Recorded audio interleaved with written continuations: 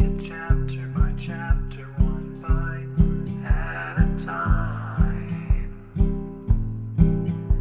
So many adventures and mountains we can climb. Take it word for word, line by line, one bite at a time.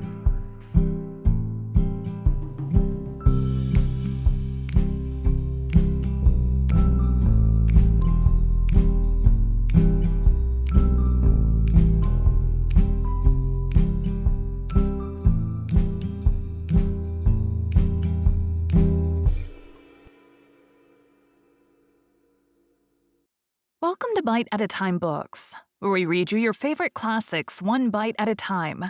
My name is Bree Carlile, and I love to read, and wanted to share my passion with listeners like you.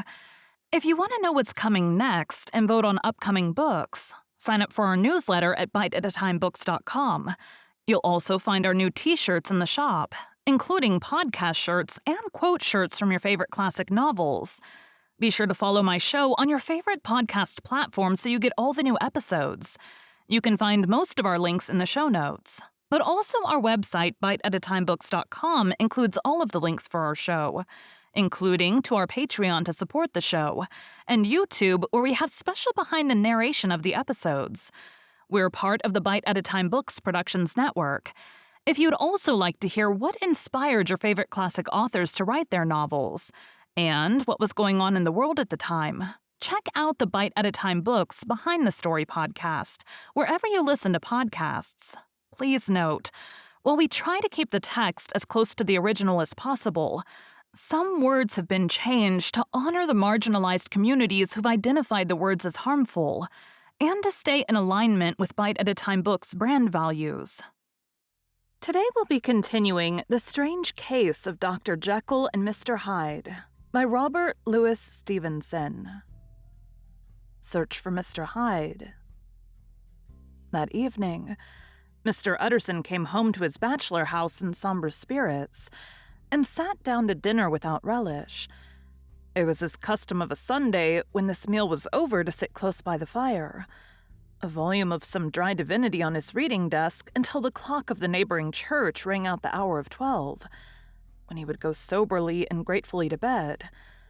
On this night, however, as soon as the cloth was taken away, he took up a candle and went into his business room.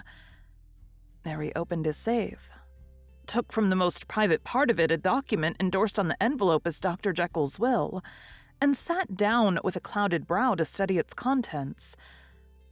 The will was holograph, for Mr. Utterson, though he took charge of it now that it was made, had refused to lend the least assistance in the making of it. It provided not only that, in case of the decease of Henry Jekyll, M.D., D.C.L., LL.D., F.R.S., etc., all his possessions were to pass into the hands of his friend and benefactor, Edward Hyde, but that in case of Dr. Jekyll's disappearance or unexplained absence for any period exceeding 3 calendar months, the said Edward Hyde should step into the said Henry Jekyll's shoes without further delay, and free from any burthen or obligation beyond the payment of a few small sums to the members of the doctor's household. This document had long been the lawyer's eyesore. It offended him both as a lawyer and as a lover of the sane and customary sides of life, to whom the fanciful was the immodest, and hitherto it was his ignorance of Mr. Hyde that had swelled his indignation. Now, by a sudden turn, it was his knowledge. It was already bad enough when the name was but a name of which he could learn no more. It was worse when it began to be clothed upon the detestable attributes, and out of the shifting, insubstantial mists that had so long baffled his eye, there leapt up the sudden, definite presentiment of a fiend. "I thought it was madness," he said, as he replaced the obnoxious paper in the safe, "and now I begin to fear it is disgrace." With that, he blew out his candle, put on a greatcoat, and set forth in the direction of Cavendish Square, that citadel of medicine, where his friend, the great Dr. Lanyon, had his house and received his crowding patients. If anyone knows, it'll be Lanyon, he had thought. The solemn butler knew and welcomed him. He was subjected to no stage of delay, but ushered direct from the door to the dining room, where Dr. Lanyon sat alone over his wine. This was a hearty, healthy, dapper, red-faced gentleman, with a shock of hair prematurely white, and a boisterous and decided manner. At sight of Mr. Utterson, he sprang up from his chair and welcomed him with both hands. The geniality, as was the way of the man, was somewhat theatrical to the eye, but it reposed on genuine feeling, for these two were old friends, old mates both at school and college, both thorough respecters of themselves and of each other, and what does not always follow, men who thoroughly enjoy each other's company. After a little rambling talk, the lawyer led up to the subject which so disagreeably preoccupied his mind. "I suppose, Lanyon," said he, "you and I must be the two oldest friends that Henry Jekyll has." "I wish the friends were younger," chuckled Dr. Lanyon. "But I suppose we are. And what of that? I see little of him now." "Indeed," said Utterson. "I thought you had a bond of common interest." "We had," was the reply. "But it is more than 10 years since Henry Jekyll became too fanciful for me. He began to go wrong in mind, and though of course I continue to take an interest in him for old sake's sake, as they say, I see and I've seen devilish little of the man. Such unscientific balderdash," added the doctor, flushing suddenly purple. "Would have estranged Damon and Pythias." This little spirit of temper was somewhat of a relief to Mr. Utterson. "They've only differed on some point of science," he thought, and being a man of no scientific passions, except in the matter of conveyancing, he even added, "It is nothing worse than that." He gave his friend a few seconds to recover his composure, and then approached the question he had come to put. "Did you ever come across a protege of his? One Hyde?" he asked. "Hyde?" repeated Lanyon. "No, never heard of him. Since my time." That was the amount of information that the lawyer carried back with him to the great dark bed, on which he tossed to and fro until the small hours of the morning began to grow large. It was a night of little ease to his toiling mind, toiling in mere darkness and besieged by questions. 6 o'clock struck on the bells of the church that was so conveniently near to Mr. Utterson's dwelling, and still he was digging at the problem. Hitherto it had touched him on the intellectual side alone, but now his imagination also was engaged, or rather enslaved. And as he lay and tossed in the gross darkness of the night, in the curtained room, Mr. Enfield's tale went by before his mind in a scroll of lighted pictures. He would be aware of the great field of lamps of a nocturnal city, then of the figure of a man walking swiftly, then of a child running from the doctors. And then these met, and that human juggernaut trod the child down and passed on regardless of her screams, or else he would see a room in a rich house where his friend lay asleep, dreaming and smiling at his dreams.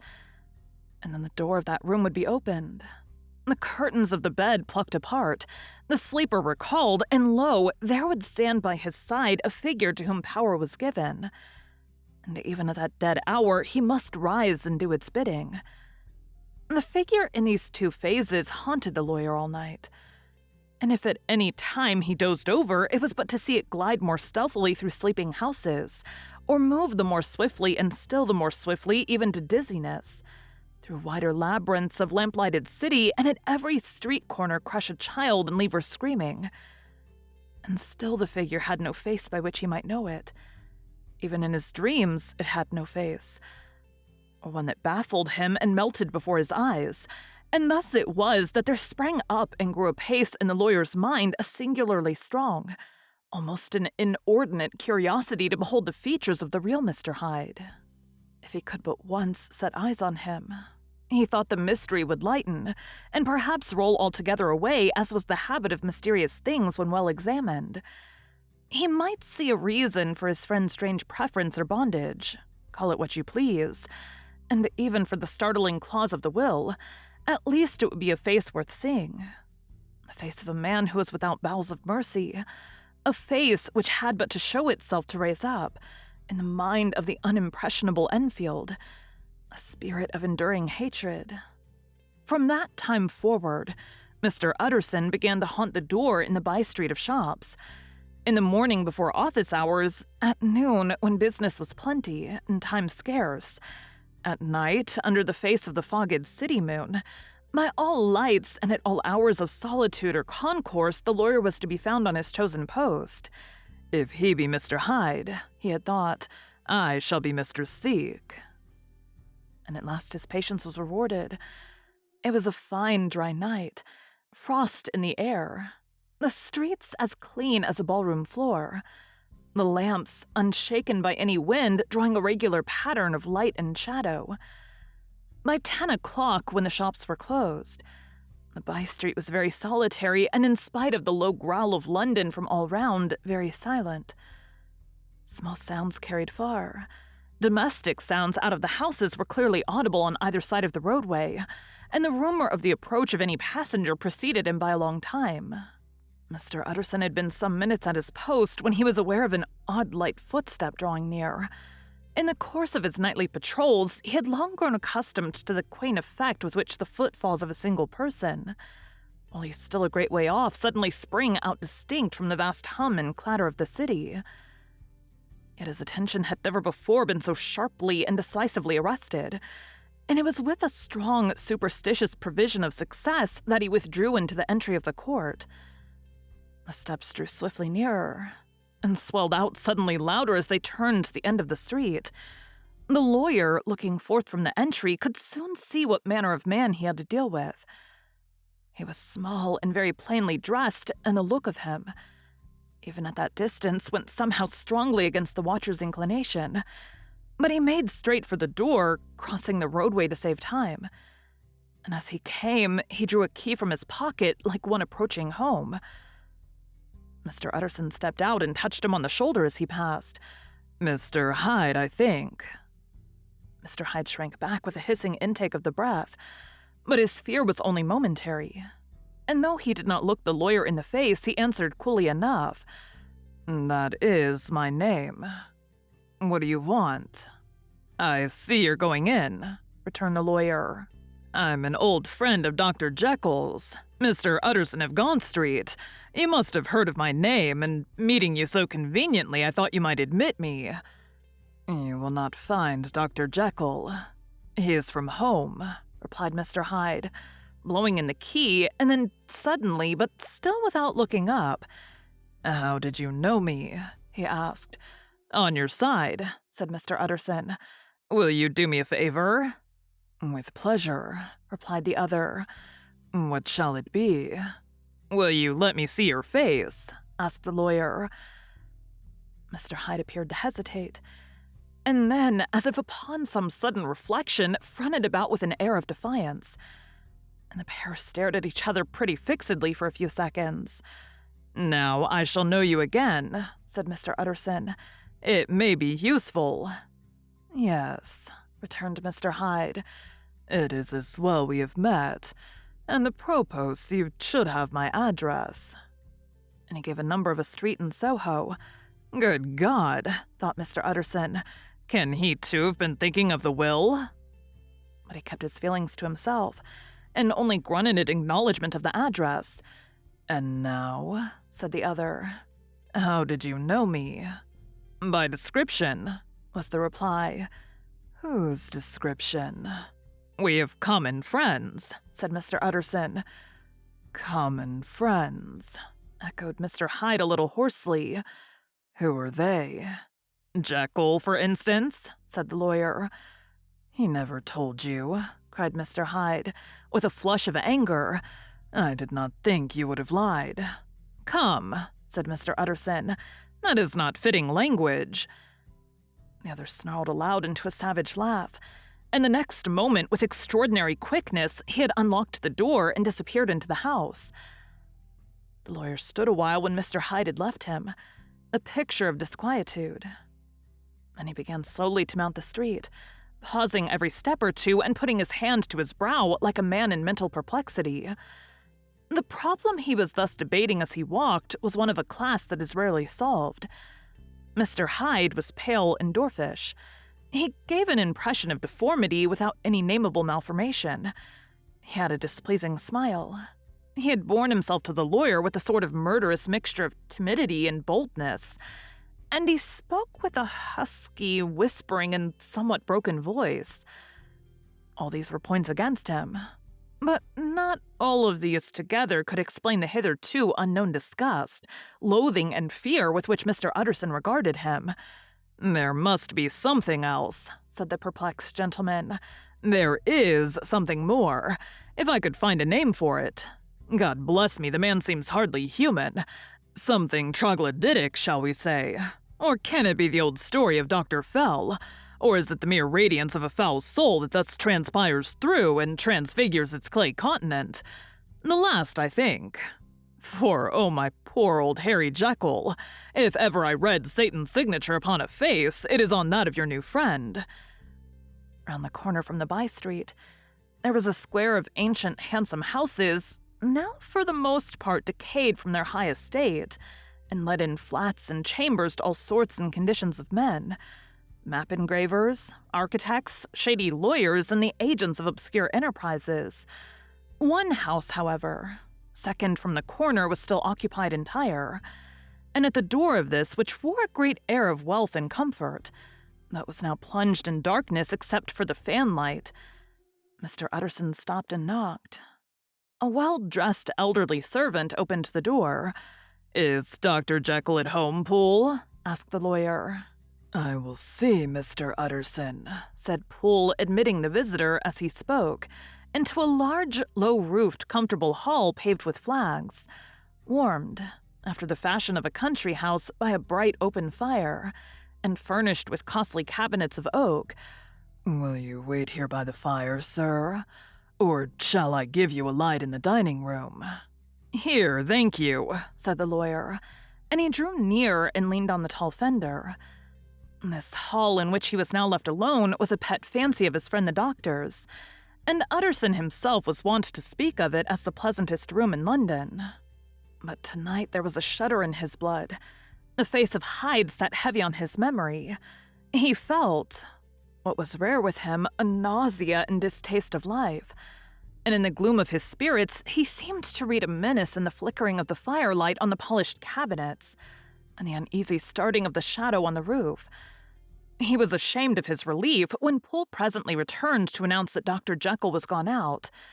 "I saw Mr. Hyde go in by the old dissecting room, Poole," he said. "Is that right, when Dr. Jekyll is from home?" "Quite right, Mr. Utterson, sir," replied the servant.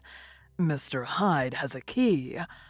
"Your master seems to repose a great deal of trust in that young man, Poole," resumed the other musingly. "Yes, sir, he does indeed," said Poole. "We have all orders to obey him." "I do not think I ever met Mr. Hyde," asked Utterson. "Oh dear, no, sir. He never dines here," replied the butler. "Indeed, we see very little of him on this side of the house. He mostly comes and goes by the laboratory." "Well, good night, Poole." "Good night, Mr. Utterson." And the lawyer set out homeward with a very heavy heart.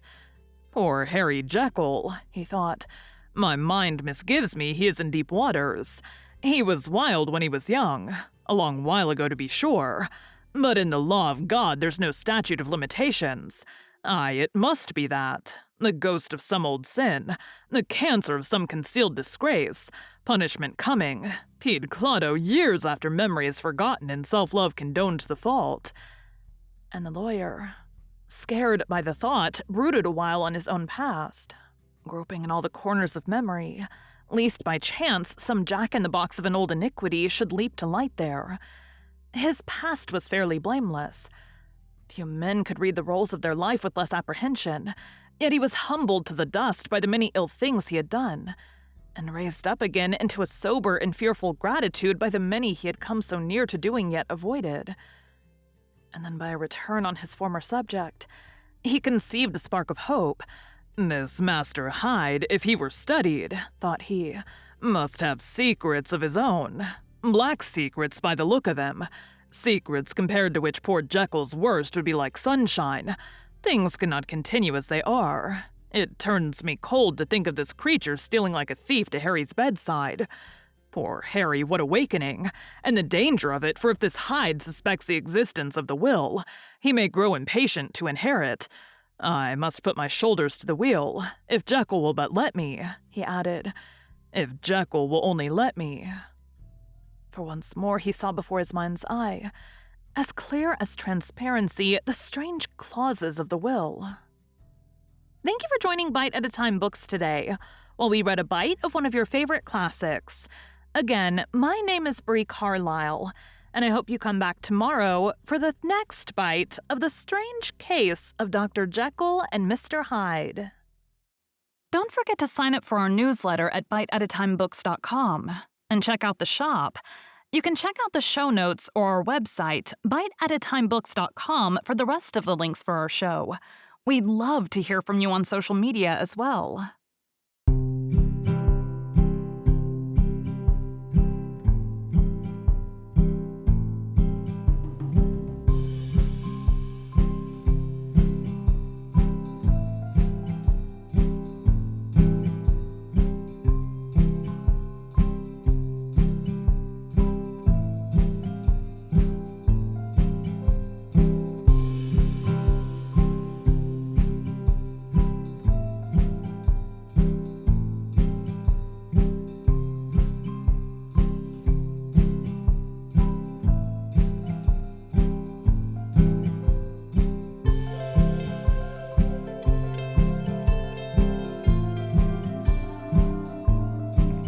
Take a look in the book and let's see what we can find.